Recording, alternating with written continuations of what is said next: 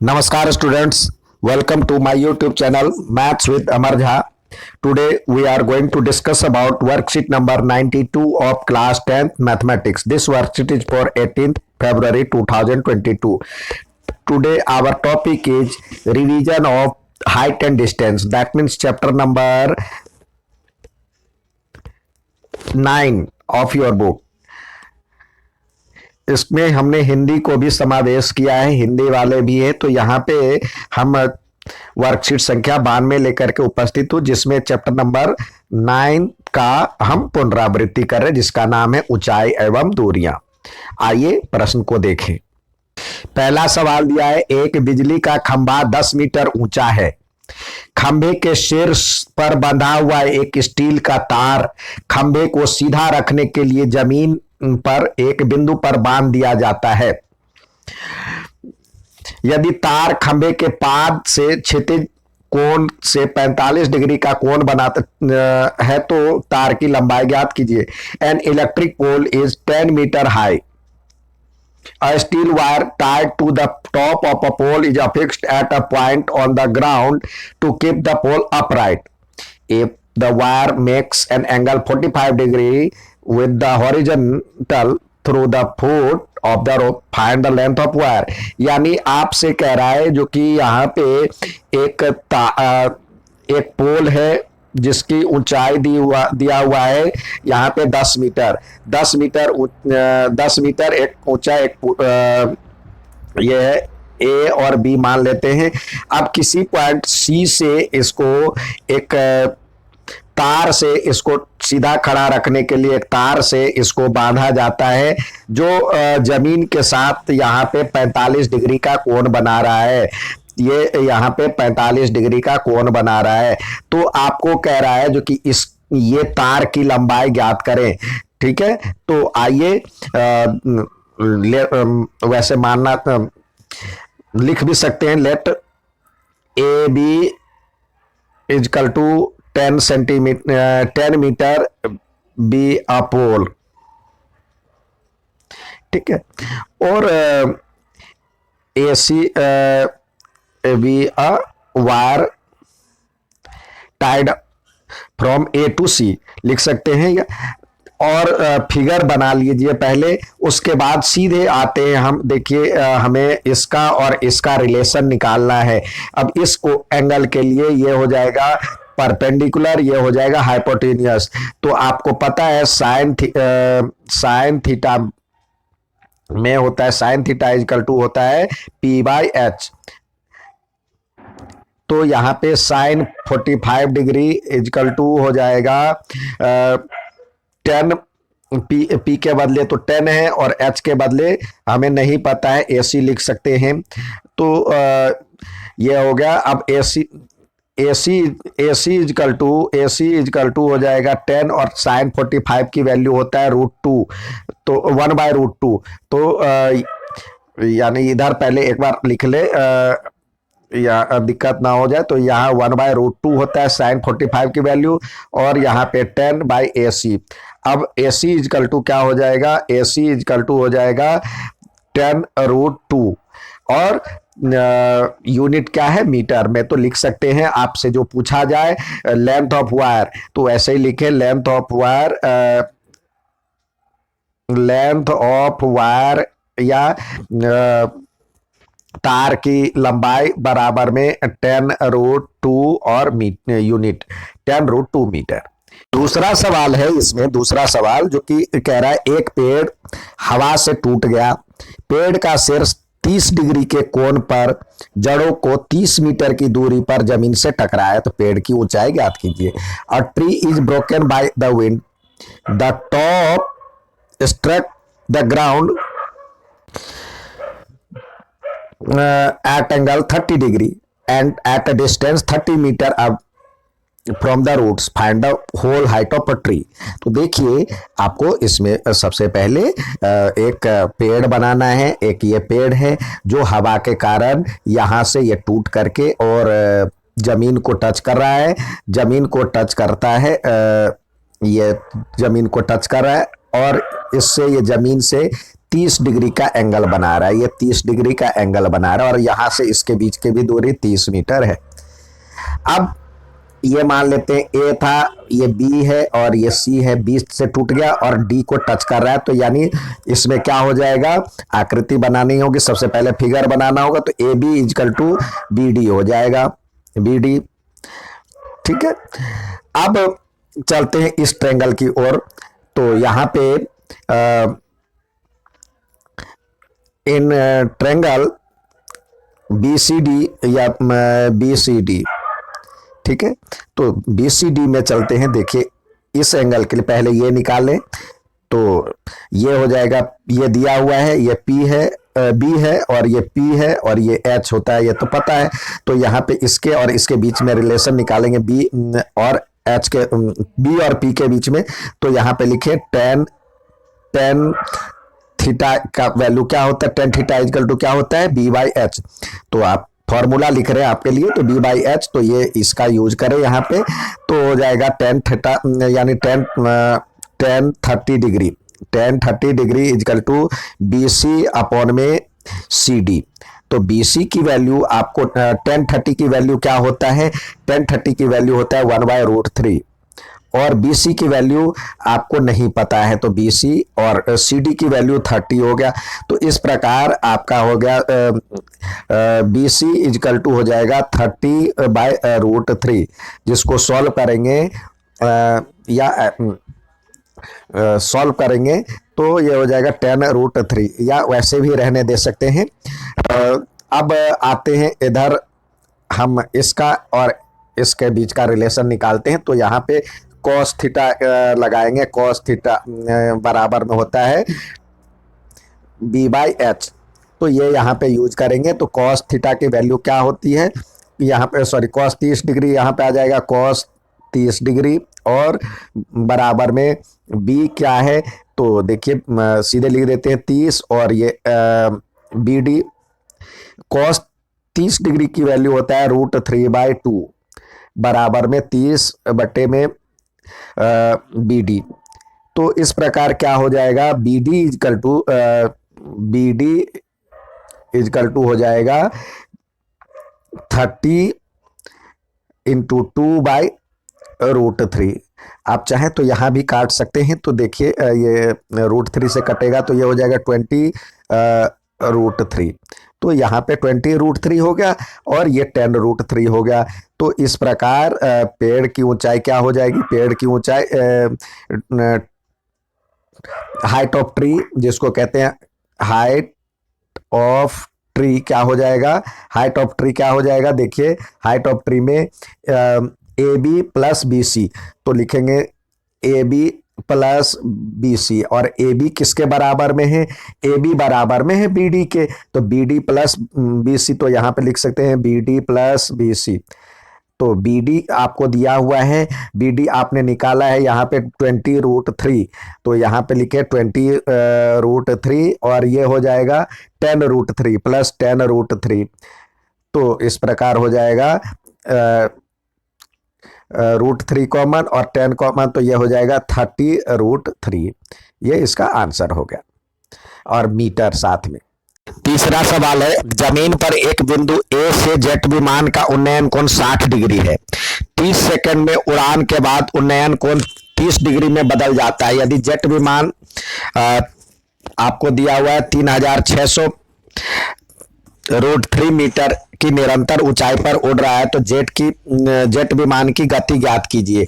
N angle of elevation of jet plane from a point A on a ground 60 degree after a flight of 30 second the angle of elevation change to 30 degree if jet plane is flying at a constant height of 3600√3 metre, find the speed of the jet plane.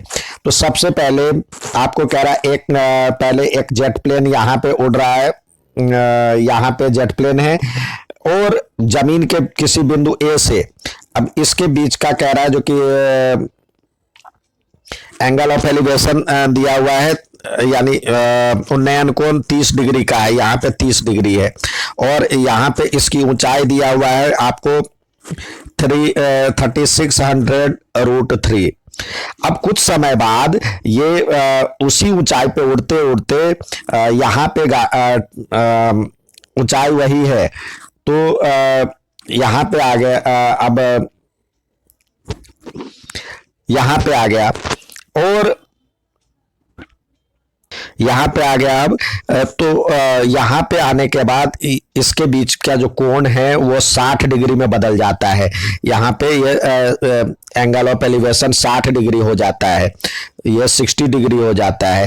तो कह रहा है जो कि ये 30 second में दूरी ये तय करता है।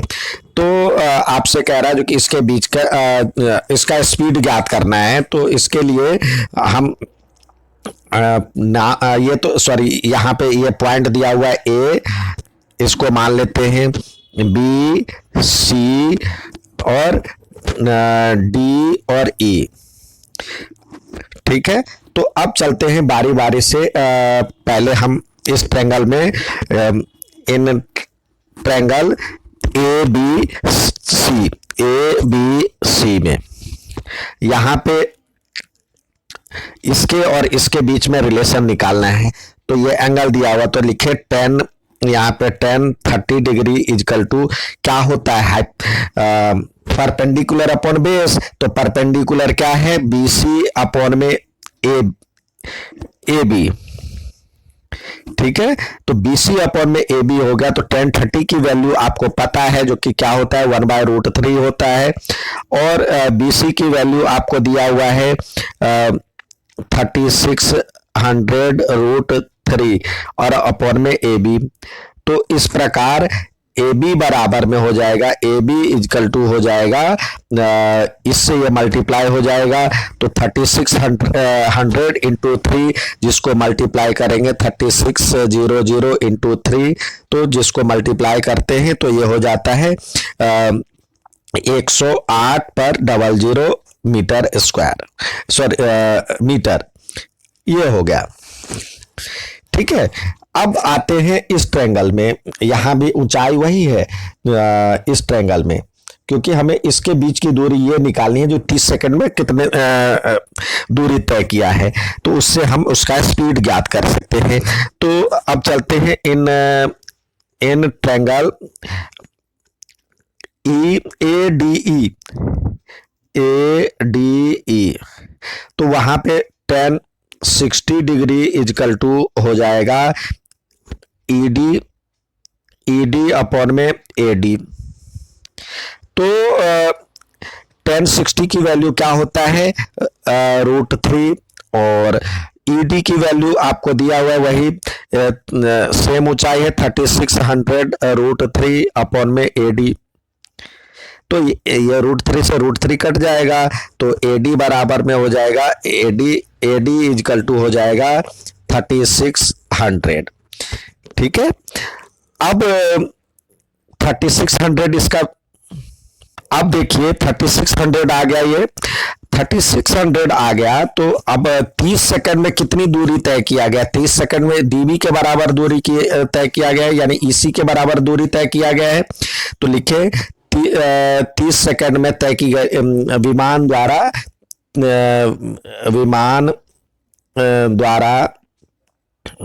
30 सेकंड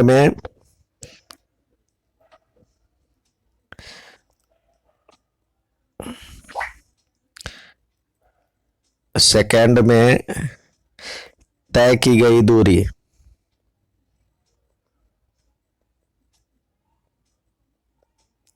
क्या हो जाएगा, पहले यहां पे इतनी दूरी पे था, तो लिखे 10800 माइनस में 36, ये घटाएंगे तो ये हो जाएगा 7200 मीटर, यानी 7200 मीटर।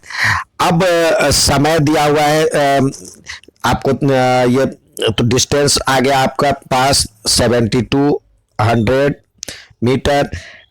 टाइम दिया हुआ है आपके पास 30 सेकेंड।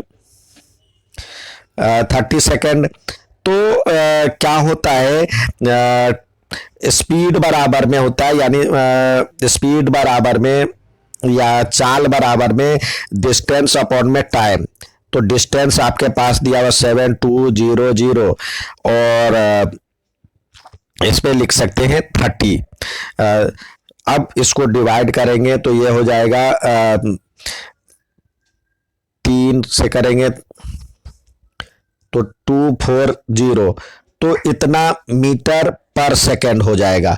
इसको किलोमीटर पर आवर में यदि करते हैं तो किलोमीटर के लिए देखिए 3600 से हम गुना कर देंगे, यानी 2400 मीटर को किलोमीटर में बदलते हैं तो क्या होता है, सॉरी 10 है ये, और मीटर को किलोमीटर में बदलते हैं तो ये मीटर को किलोमीटर में बदलेंगे तो ये 1/1000 से डिवाइड करना होगा, और सेकंड को मिनट में बदलते हैं, घंटा में बदलेंगे तो ऊपर हो जाएगा ये घंटा, यानी 60 × 60।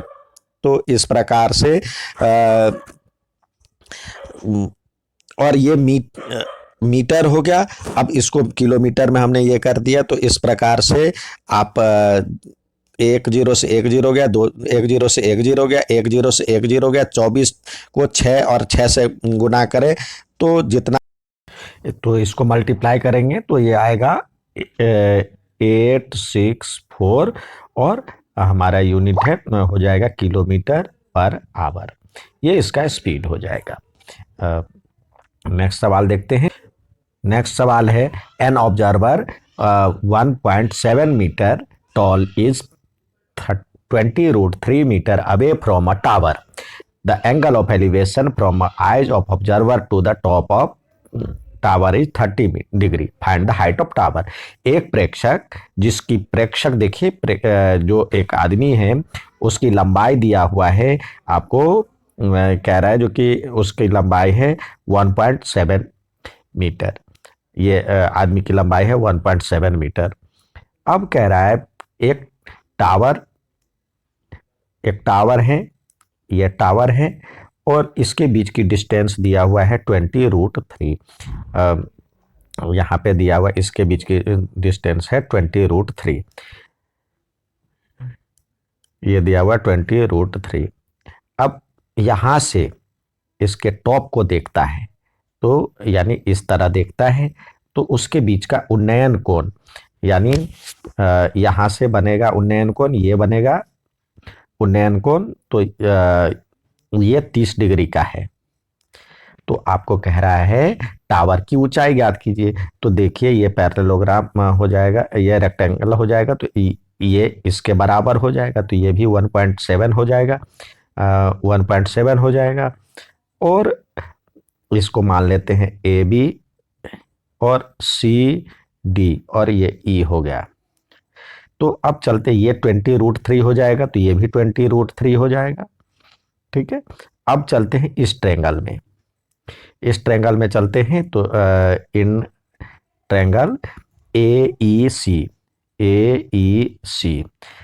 तो यहाँ पे इसके और इसके बीच में रिलेशन क्या आएगा आप जानते हैं, tan थीटा में आएगा। तो यहाँ पे लिखे tan 30 degree equal to CE upon में AE।